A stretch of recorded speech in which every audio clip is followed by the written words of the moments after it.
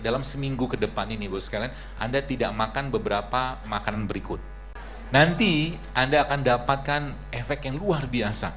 Keluhan-keluhan badan Anda akan hilang semua satu persatu. Ini pagi-pagi makan beginian kenyang, dikonsumsi setiap hari, akan banyak sekali penyakit bisa hilang, insya Allah ya.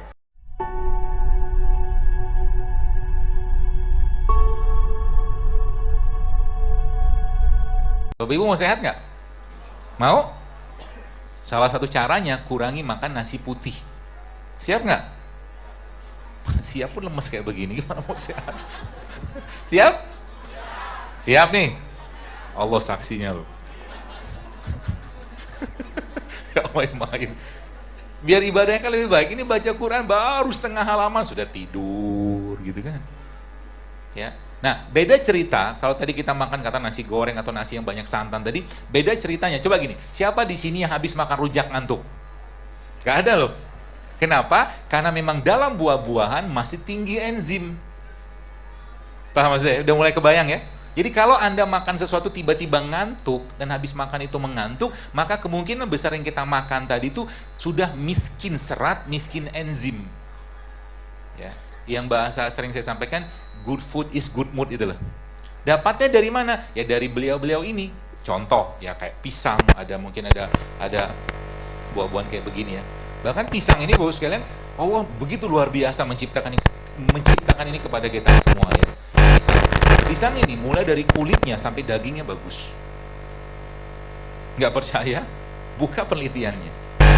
Pisang kalau Anda buka, ini kan katakanlah buah atau daging pisang. Ini kan daging pisang.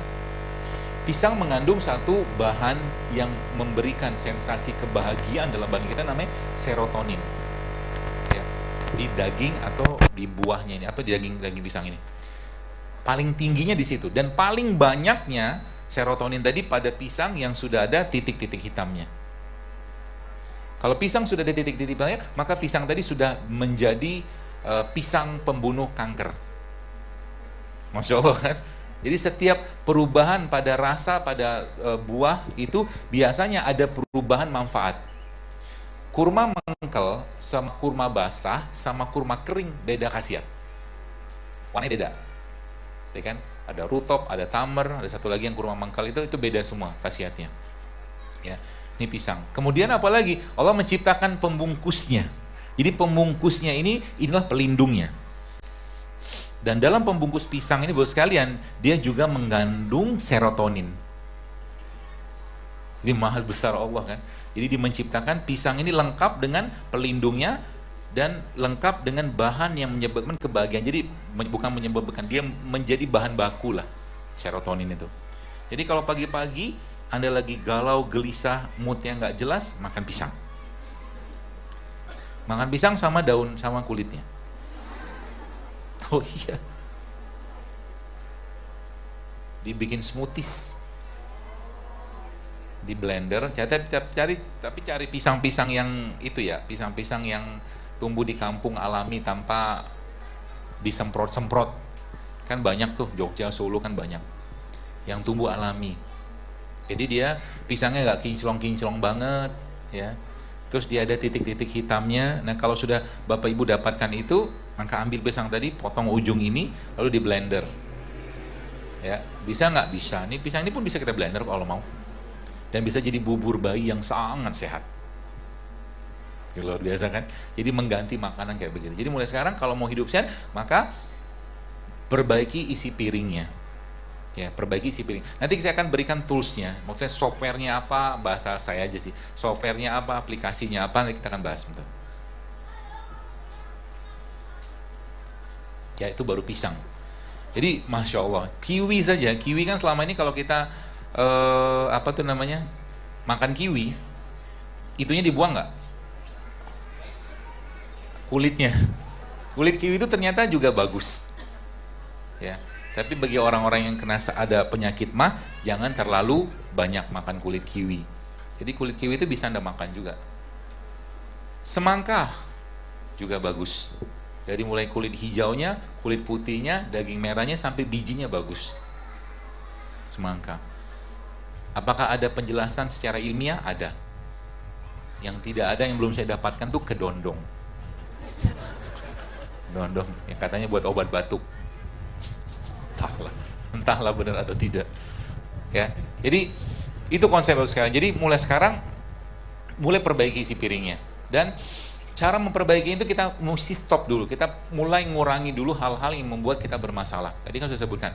Pertama dari tepung ya, kurangi makan tepung. Ya, kue-kue udah ada tepung, ada minyak plus gula lagi, masalah lagi. Jadi mulai sekarang, kalau mau menyayangi badannya, stoplah atau kurangilah mengkonsumsi gula pasir dalam segala bentuk. Biasanya yang pedagang-pedagang yang menggunakan gula pasir agak kebingungan. Karena enggak Bu, kalau udah ngerti caranya nanti Anda bisa substitusi kok. Ya, bisa substitusi. Tepung sekarang ada tepung non gluten. Gula pasir bisa Anda ganti dengan gula aren. Bisa diganti dengan madu, bisa sebenarnya. Minyak nanti jangan pakai minyak, di bake, di oven, dikukus, macam-macam polanya bisa sebenarnya. Ya, itu sebabnya saya sering banget pesan kepada teman-teman yang usaha kuliner. Kalau bikin usaha kuliner, jangan sampai yang kita bikin itu bikin masalah penyakit ke orang gitu loh. Sebab ketidaktahuan kita. Ya, contoh mungkin salah satu yang saya memang kurangi, dulu sering saya makan, ya, adalah roti. Roti di tepungnya kan? Ada. Sekali-sekali silakan, tapi kalau tiap hari makan roti nggak bagus. Itu sebabnya anak-anak yang biasanya kena ADHD atau autis biasanya dilarang sama dokternya makan roti kan? Atau tepung dan produk berbasiskan tepung. Ya. Nah makanya kita perlu ngerti makanan-makanan yang nggak boleh sama sekali kita makan. Contohnya kalau saya sih soda tidak. Minuman soda, kalau saya memang tidak sama sekali. Konyolnya adalah ketika Anda, saya kemarin sempat safar lah ya. Safar itu ngeliat. Jadi kalau Anda pernah pergi haji atau umroh, orang-orang Saudi itu kan apapun makanannya, minumannya soda. Orang Saudi begitu. Dia mau makan kambing, mau makan onta, minumnya pasti soda. Bahkan kalau kita bilang sama dia, misalkan soda itu kan nggak bagus gini-gini, dia tunjukin tuh, lihat nih, kalau kamu cuci tangan, dia makan onta gitu kan, cuci tangan pakai soda, itu hilang memang lemaknya. Kalau habis makan onta gitu kan, nah, kalau masuk ke mulut, dia bilang nanti lemak-lemak kita hilang. Nah, jahilnya kayak begitu. Masalahnya reaksinya beda ketika masuk di mulut sama di tangan, reaksinya beda soda itu. Ya. Ketika masuk di mulut ya sudah ceritanya udah beda banget gitu loh. Asamnya luar. Terus ada teman yang sempat mau minum gitu kan, minum soda gitu kan, saya bilang sama dia, kamu tahu nggak satu gelas soda yang kamu minum itu butuh sekitar 30 gelas air zam-zam untuk membersihkannya, saya bilang. Udah dibuka sama dia, nggak jadi diminum. Batal. Ya, seperti itu. Ya. Jadi itu beberapa yang kita perlu pikirkan untuk dikurangi Bu sekarang. Dan sebenarnya nanti kita akan coba ngerisetting ulang pola makan kita, karena kata kuncinya pola makan diubah. Kalau pola makan bisa diubah, banyak sekali hal-hal positif yang nanti kita bisa dapatkan. Tadi kita bicara tentang pagi ya, pagi tidak disarankan untuk banyak-banyak makan, maka pagi-pagi bukan waktu yang tepat untuk makan. Kalau saya nggak tahu Jogja ini pagi-pagi sarapannya apa? Kemarin saya di Makassar, orang Makassar biasanya pagi-pagi sarapannya coto gitu kan. Saya bilang kalau makan coto caranya begini, saya bilang. Sini ada orang Makassar ya, mungkin. Makan coto itu, kalau Anda dikasih coto kan biasanya dikasih jeruk nipis. Saya bilang gitu kan. Nah, jeruk nipisnya ada air kan, biasanya ada putih kan. Nah, ambil jeruk nipisnya, terus jeruknya diperes ke dalam itunya, airnya tadi, lalu minum. Kalau airnya kurang, minta lagi. Jeruknya juga minta lagi, sampai 2-3 gelas minum. Supaya nggak sempat makan cotonya, saya bilang. Ya. Dari zaman lo nggak ada perubahan makan gitu kan, coto lagi. Bukan masalah makanannya Bu, bukan. Zaman dulu orang Makassar, orang Jogja juga makan gudeg, betul. Orang Padang juga makan nasi Padang, tapi habis makan mereka nyangkul, naik sepeda, jalan kaki. Kita ngupdate status. Paham ya? Jadi bukan saya melarang makannya, yang kita kurang itu dibakarnya kita kurang gitu loh. Itu masalahnya. Udah gitu orang-orang zaman dulu, orang tua, mungkin di sini Bapak Ibu ada yang senior. Kalau mereka bikin tehnya tawar, kadang-kadang pakai jahe, pakai gula merah. Banyak kan malah justru nggak pakai pemanis gitu loh. Mereka nggak pakai minyak, pagi-pagi ubi rebus, singkong rebus, kacang rebus, gitu semua rebus, nggak ada minyak. Kita sekarang semua minyak. Jadi bukan masalah di makanannya gitu loh, ya, kemampuan atau apa ya, komitmen kita untuk membakar makanan tadi itu yang kurang, sehingga apa? Nabi katakan dalam sebuah hadis, aku melihat di akhir zaman nanti di kalangan umatku banyak sekali, kata Rasulullah, fenomena kegemukan, kata Nabi. Itu terbukti kan? Gemuk itu gara-gara apa? Makan. Dan makan adalah, banyaknya makan atau banyak makan adalah bagian dari talbis atau tipu daya setan yang melemahkan iman. Maka tidak akan mungkin kita bisa menangis lagi baca Quran, lagi doa, lagi sholat kalau lagi kenyang, gak bisa. Betul? Gak bisa, Bu. Sebab dalam agama Islam, kesehatan itu awal muasalnya dari kolbu. Ya, kolbunya kita harus sehat dulu. Kolbu itu makanannya tidak makan. Paham ya? Kolbu itu makanannya tidak makan atau sedikit makan. Kenapa orang yang lagi berpuasa doanya mustajab? Karena nggak makan. Lagi nggak makan, dia lebih dekat sama Tuhannya. Makan itu mempengaruhi apa? Pikiran dipengaruhi, mood dipengaruhi, hormon dipengaruhi. Itu sebabnya ketika orang nggak makan, apa yang terjadi? Terkondisikan hatinya. Gitu loh, paham ya? Jadi Islam mengajarkan banyak hal. Makanya konsep mensana in corpore sano di Islam keliru total. Oh iya, saya bisa ngomong ini kenapa? Karena ada backup hadisnya. Kan kita sering kenal mensana in corpore, bahasa Yunani nggak salah, itu kan dalam tubuh yang kuat terdapat jiwa yang sehat, gitu kan? Tetapi Islam bilang beda, Rasul bilang beda. Iza wa inna fil jasad mudghah, kata Nabi sallallahu alaihi wasallam. Wa inna fil jasad mudghah iza sholat jasad kullu wa iza fasad jasad kullu ala wa hiya qalb, kata Nabi. Ketahuilah dalam tubuh manusia terdapat segumpal daging. Kalau daging itu baik, baiklah semua. Daging itu rusak, rusaklah semua. Ketahuilah daging itulah kolbu atau hati. Maka fisiknya kita sehat atau tidaknya, kata Nabi SAW, dimulai dari sehatnya kolbu dulu. Kalau konsep tadi dalam tubuh yang kuat terdapat jiwa sehat kita pakai, nggak mungkin bisa dipakai. Sebab apa? Orang gila di rumah sakit jiwa, maaf, orang-orang saudara kita yang pikirnya sudah bermasalah di rumah sakit jiwa sana, mereka fisiknya sehat loh, betul? Tapi jiwanya bermasalah, kan gitu, ya. Maka Islam punya konsep sendiri dalam urusan kesehatan, ya. Artinya apa? Kalau mau sehat kolbu, kalau mau sehat hatinya, perbanyaklah mengingat Allah, berbuat baik, ya, menolong orang seperti itu, maka kolbunya akan sehat, atau dengan ilmu. Ya, kita tidak bahas itu sekarang, ya. Kita bahas yang sisi lain aja, yang bisa lebih dicerna. Jadi itu kata kuncinya pertama itu. Jadi kolbu itu justru malah jangan banyak makan. Jadi kalau Anda mau deket-deket sama Allah, jangan banyak makan. Ya, Rasulullah SAW ketika beliau meninggal, ubannya beliau cuman, dalam beberapa kitab disebutkan ada yang mengatakan 20, ada yang mengatakan 11, ada yang mengatakan 3. Uban adalah tanda penuaan. Ya, jadi kalau ada orang masih usia 20 tahun gitu ya, 30 tahun sudah ubanan, kemungkinan apa? Kemungkinan mungkin kebanyakan mikir, atau yang dimakan menyebabkan banyak masalah ke badannya sehingga elektronnya bisa lepas satu demi satu. Ya, makan olahan, ya makanan-makanan yang sifatnya nggak sehat, gitu, udah paham lah. Dan nanti kalau Bapak Ibu sudah menerapkan pola-pola ini, insya Allah itu akan lebih gampang sekali ngerti ini yang kalau saya makan ini kira-kira bikin masalah ke badan atau bikin sehat, dulu. Kita akan paham sendiri, dan Allah akan memberi petunjuk kepada kita tentang itu. Dan kalau nggak sehat kita lebih memilih, kalau nggak sehat dan tidak darurat kita akan lebih memilih untuk tidak makan itu. Ya, contoh mungkin Indonesia, mungkin di sini tidak ada satupun yang tidak terkena lidahnya dengan micin. Tidak ada satupun kita di sini mungkin yang tidak pernah kena mie instan. Ya. Dan mie instan sebenarnya salah satu makan yang sangat-sangat, kalau boleh saya katakan, sangat tidak sehat sebenarnya. Ya. Ya kalau mungkin saya katakan ya semakin banyak orang ya semakin kita kena. Jadi makanan itu sekali lagi gini. Sedemikian juga alkohol ataupun narkoba memberikan kecanduan, maka makanan juga bisa memberikan kecanduan. Jadi kalau ada orang ngomong gini misalkan, kalau pagi-pagi saya tidak minum teh manis saya pusing. Itu dia sakau. Sakau dengan gula pasirnya.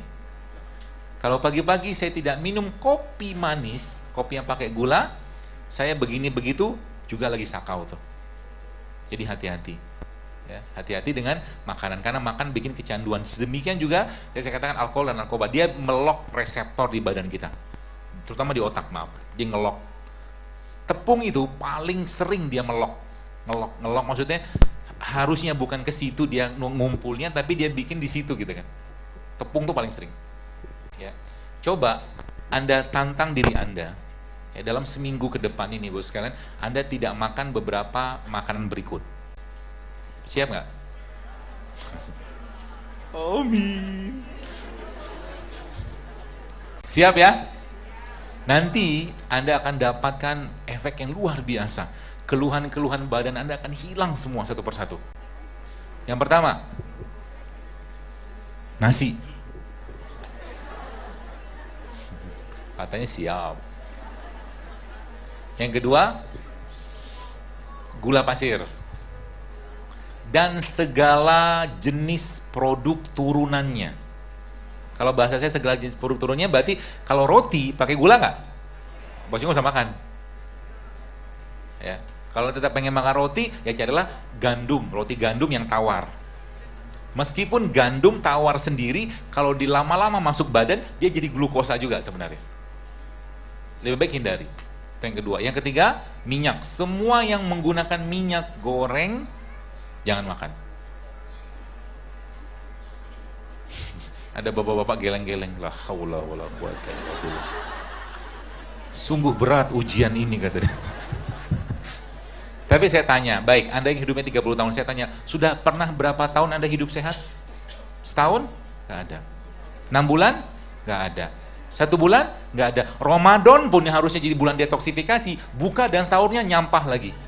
Betul? Terus kapan mau hidup sehat? Betul nggak? Maka saya sering ngomong gini, bos, yang supaya apa? Supaya, ayolah saya katakan, jangan nyusahin keluarga saat masa tua kita, kalaulah masih hidup, ya, dengan penyakit-penyakit yang kita bisa cegah dengan mengubah isi piring.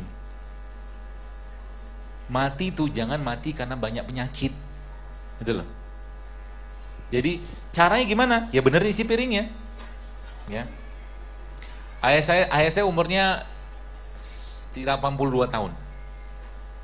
Mungkin tidak pernah makan pizza seumur hidupnya. Sosis nggak pernah dia makan. Pokoknya makanan olahan tuh nggak pernah dia mau makan. Kalau makan ikan itu pun dia pilih-pilih. Ya. Jadi orang-orang tua zaman dulu banyak mengajarkan kita ya hal-hal yang bijak seperti ini. Dan kita saja zaman sekarang lebih banyak makan untuk memenuhi selera dan rasa. Dan itu masalah. Sudah berapa tadi? Pertama nasi, kedua gula, yang kedua minyak, yang keempat tepung ya, tepung.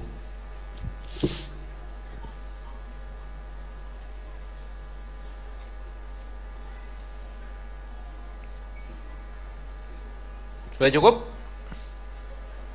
Belum. Semua makanan olahan yang dikemas yang menggunakan bahan tambahan pangan sintetik. Contohnya apa? Jus yang dalam kemasan, tidak.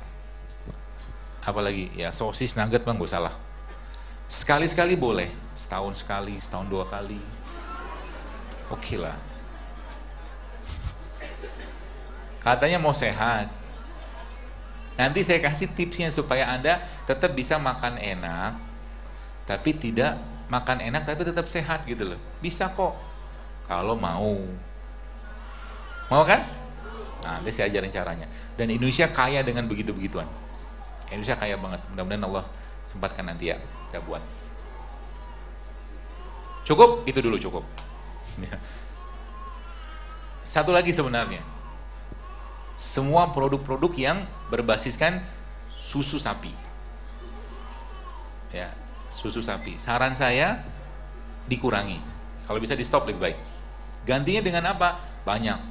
Ya, dengan susu kacang bisa.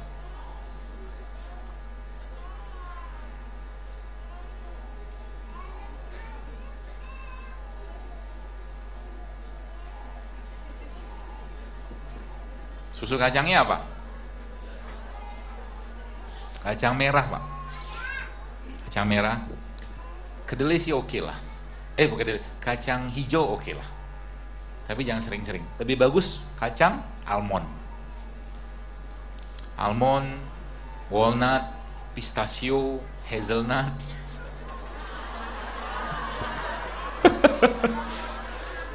Langsung komen dia. Mahal lah apa. Baik, banyak yang tidak tahu hadis ini. Jadi Nabi pernah bilang gini, sedekah yang paling baik itu sedekah kepada keluarga. Hadisnya begitu. Tapi yang tidak kalah pentingnya adalah ternyata Rasul menyebutkan dalam hadis yang lain bahwa ternyata sedekah yang tidak kalah baiknya adalah sedekah kepada diri sendiri. Jadi ketika Anda hidup sehat, Anda beli makanan-makanan yang sebulan mungkin agak sedikit tinggi harganya tadi, dan Anda niatkan sebagai bentuk sedekah ke diri Anda, itu pahala. Pahala loh, serius. Daripada makan yang gak jelas-jelas, lebih baik gak usah makan sekalian. Makanya kemarin ada mahasiswa tanya ke saya, pas kajian di mana gitu kan, dokter, saya kan mahasiswa dengan low budget. Saya bilang, oh iya, terus bagaimana cara hidup sehat supaya tetap bisa sehat? Saya katakan, oh gampang sekali. Islamic healthy lifestyle itu sangat low budget. Itu caranya gimana? Puasa. Ya kan? Banyakin aja puasa. Lagi hari berbukanya, cari masjid yang ngasih iftar. Atau cari gitu kan, restoran-restoran gitu kan, yang menyediakan buka puasa gratis gitu kan. Siapa tahu, kan low budget. Ya, healthy lifestyle dalam Islam itu sangat low budget, serius. Caranya gimana? Lebih banyak, kita lebih jarang makan daripada makannya, gitu loh. Dan cara ini kalau Bapak Ibu benar-benar praktekkan, itu efeknya luar biasa. Maka sebenarnya kalau nanti sudah ngerti polanya, nanti Bapak Ibu sekalian makan itu sehari itu cuma sekali udah cukup. Makan sekali sehari cukup. Pagi gak usah makan. Makannya apa? Buah sayur sedikit, atau mungkin bikin salad-salad, atau mungkin makanan-makanan ringan kayak begini yang sehat.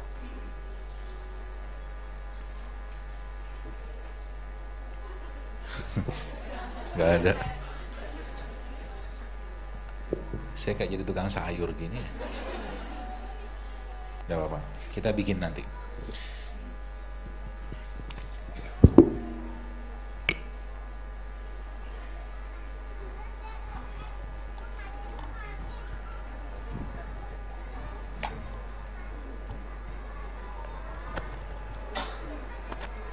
Cek.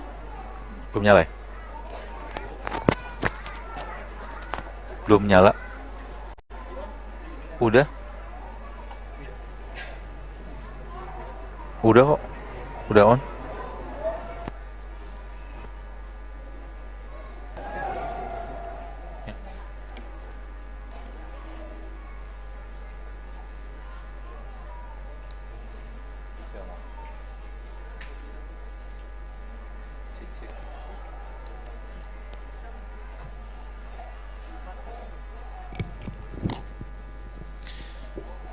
Jadi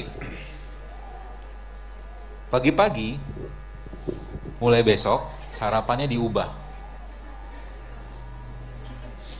Bapak Ibu pernah lihat khalifah nggak? Khalifah itu kan gagah gitu ya. Kan sudah saya bilang tadi bahwa manusia itu diciptakan Allah untuk menjadi apa? Khalifah. Khalifah itu kira-kira makan nasi uduk nggak? Mungkin sih makan, ya. Tapi mungkin lebih pas kalau khalifah itu makannya buah, sayur gitu kan, yang sehat-sehat. Karena untuk menjalankan peran dia sebagai khalifah, gitu ceritanya. Bisa? Hah? Sekarang kita mau bikin sarapan pagi. Cek.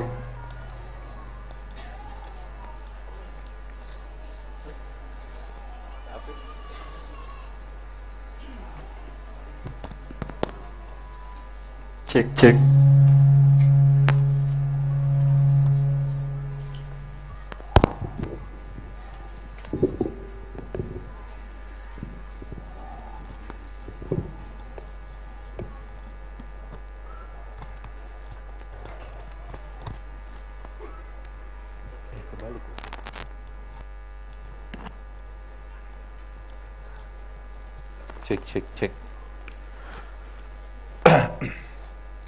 Baik, jadi pagi-pagi, tadi saya sudah bilang bahwa pagi-pagi itu sarapannya bagusnya apa? Minimal, minimal Bapak Ibu makan kurma lah. Maka Nabi SAW memang menganjurkan pagi-pagi itu makan kurma. Kurmanya apa? Ada ajwa boleh, nggak ajwa juga boleh.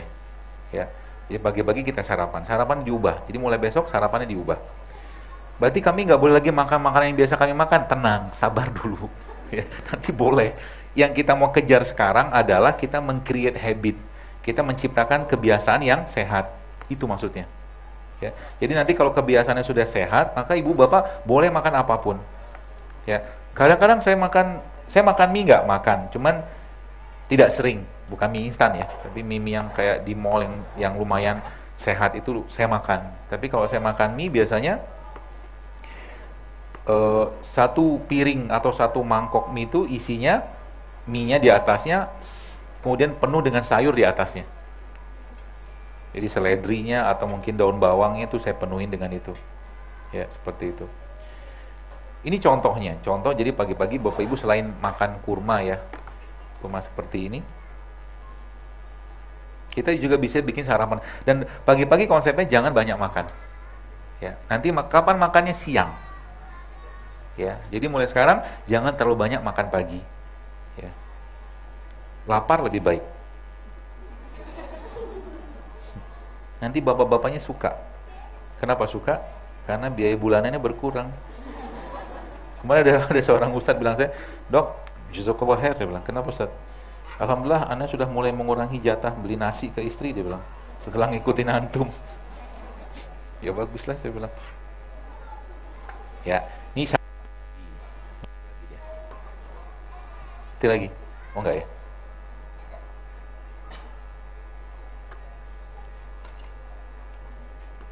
Terus, dikasih produk asli Indonesia. Tempe. Tempe, bagusnya jangan digoreng. Tempe itu bagusnya dimakan mentah. Kata siapa? Kata saya. Kenapa? Karena tempe kan protein. Protein dipanaskan, ya banyak yang akan rusak dan hilang.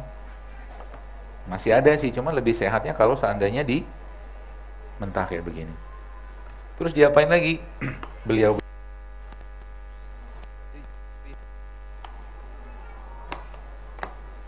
sudah kan? Jeruk nipis.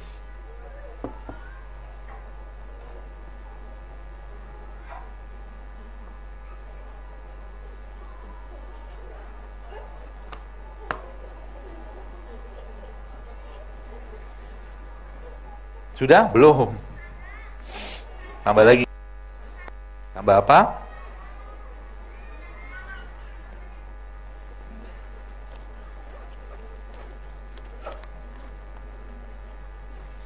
Tambah madu dan garam.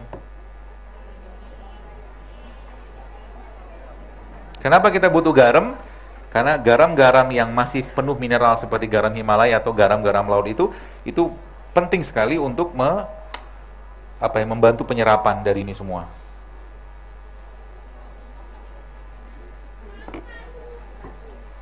Madu. Mana sendoknya? Ada sendok nggak?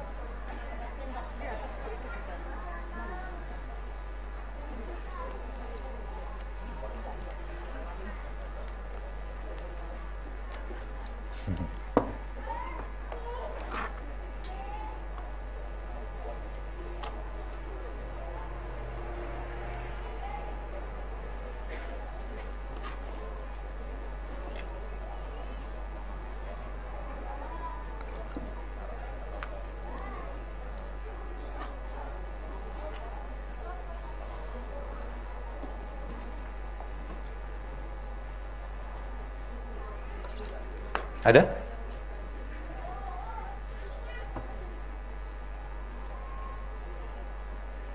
Ya.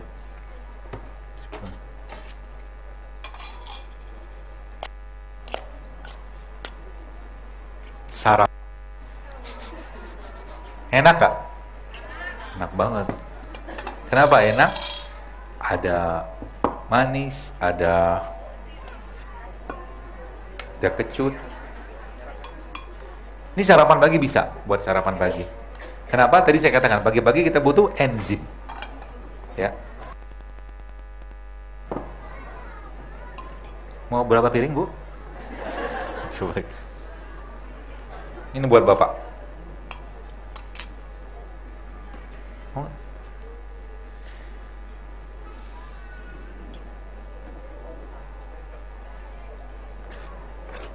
Situ ada karbohidrat nggak?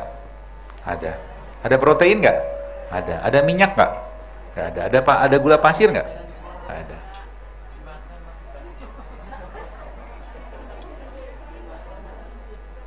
Atau nih sarapan yang lain.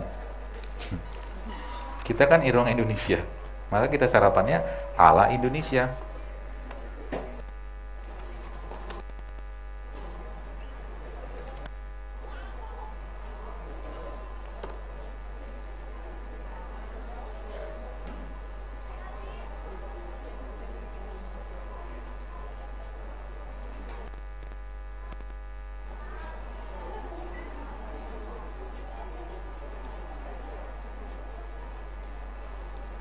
Nih sarapan.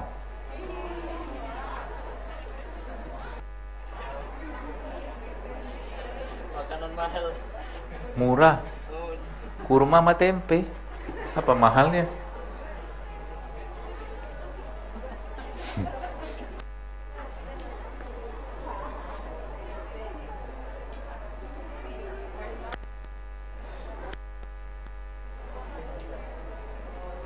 Ini ada lagi nih saya bikinin.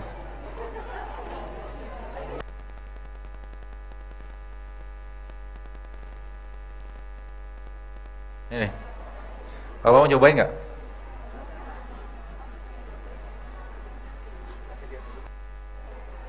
Enak? Enak gak, Bu? Enak? Paksa gitulah. Beneran enak kan? Enak. Tempe itu justru malah kalau Anda makannya mentah, gizinya dia masih utuh. Gitu loh. Sedangkan kurma, kan sudah saya bilang, kurma itu prebiotik. Jadi sebenarnya yang tadi Anda makan itu, makan aja.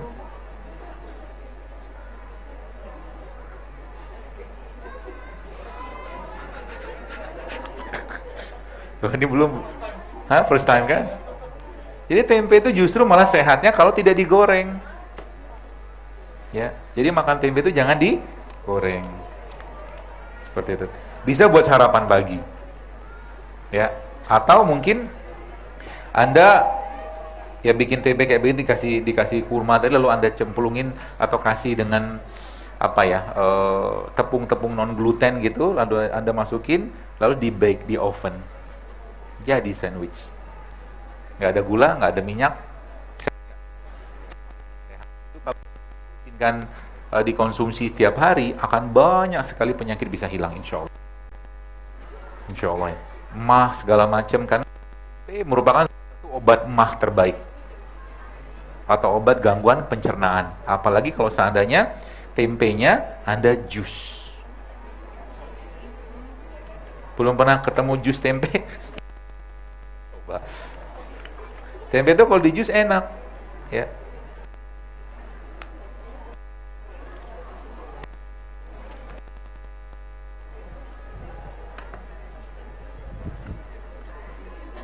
Kita sekarang bikin susu tempe. Baru tahu juga? Mana aja, Bu?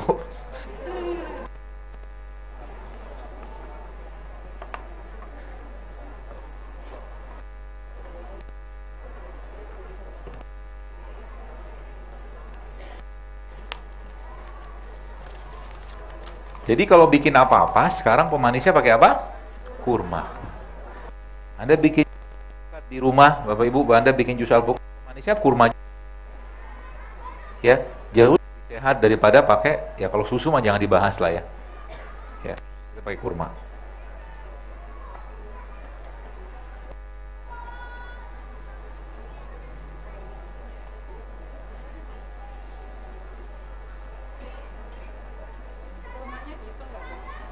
Enggak. pakai TF, takaran filling.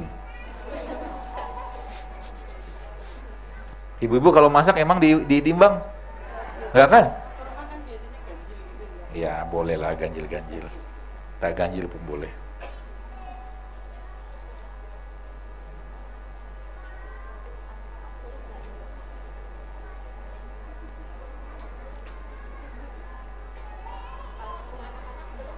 Apa?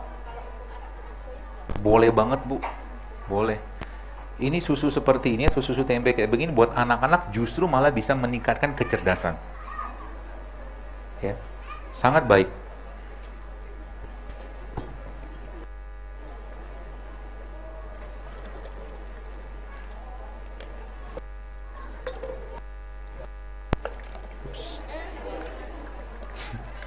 Heboh.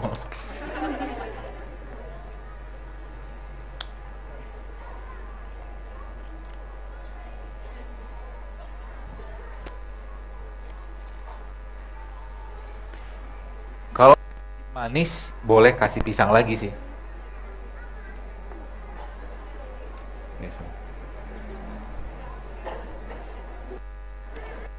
Rasanya apa? Nanti kita lihat. Jangan lupa kasih garam. Kalau saya apapun saya yang bikin, saya pasti kasih. Karena garam dia mengikat lebih enak dan khasiat dari yang kita buat itu lebih baik gitu dengan garam.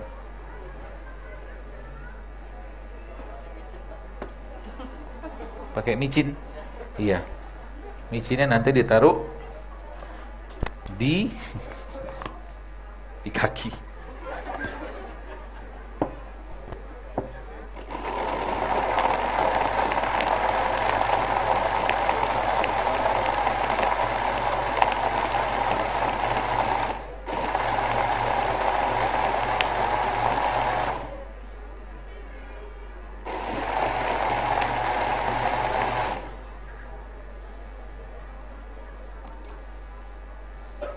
Ini kebanyakan airnya, nanti ditambah aja. Kalau memang kurang airnya, mungkin Bapak Ibu bisa tambahkan lagi tempenya.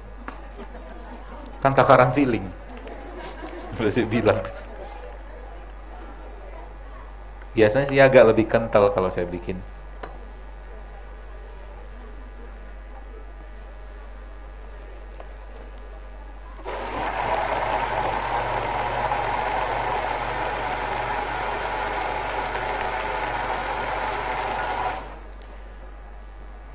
Kalau ada jahe, Anda bisa tambahkan jahe.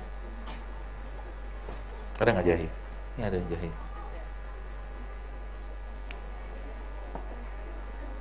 Sudah tahu cara ngupas jahe?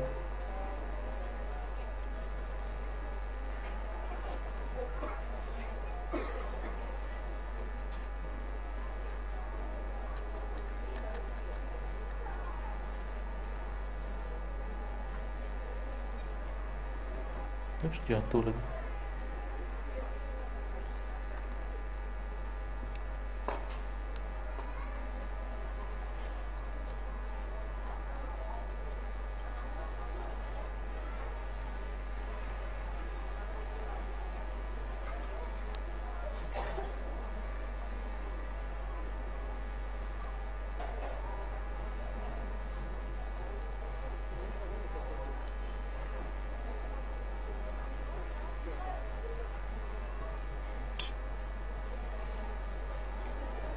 Contoh.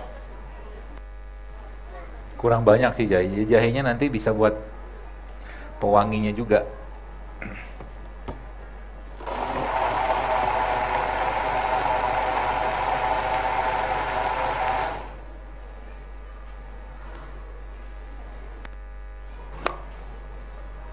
Enak.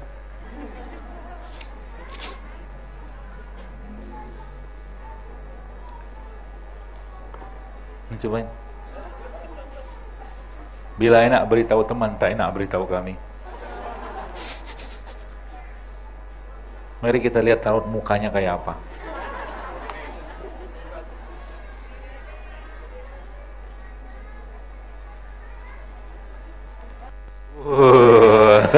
Berseri gitu kan. Di luar ekspektasi. Ya iyalah ente lapar. Nih Bu, cobain Bu. Ini bagi-bagi makan beginian kenyang. Karena proteinnya ada, probiotik ada. Ya. Gak ada gelas kecil ya. Ya itulah. Gak apa-apa lah. Anu apa namanya? Nanti dibasuh sedikit pakai tisu. Tuh. Alhamdulillah. Nyobain nih. Ini panitia aja bagiin deh. Ini.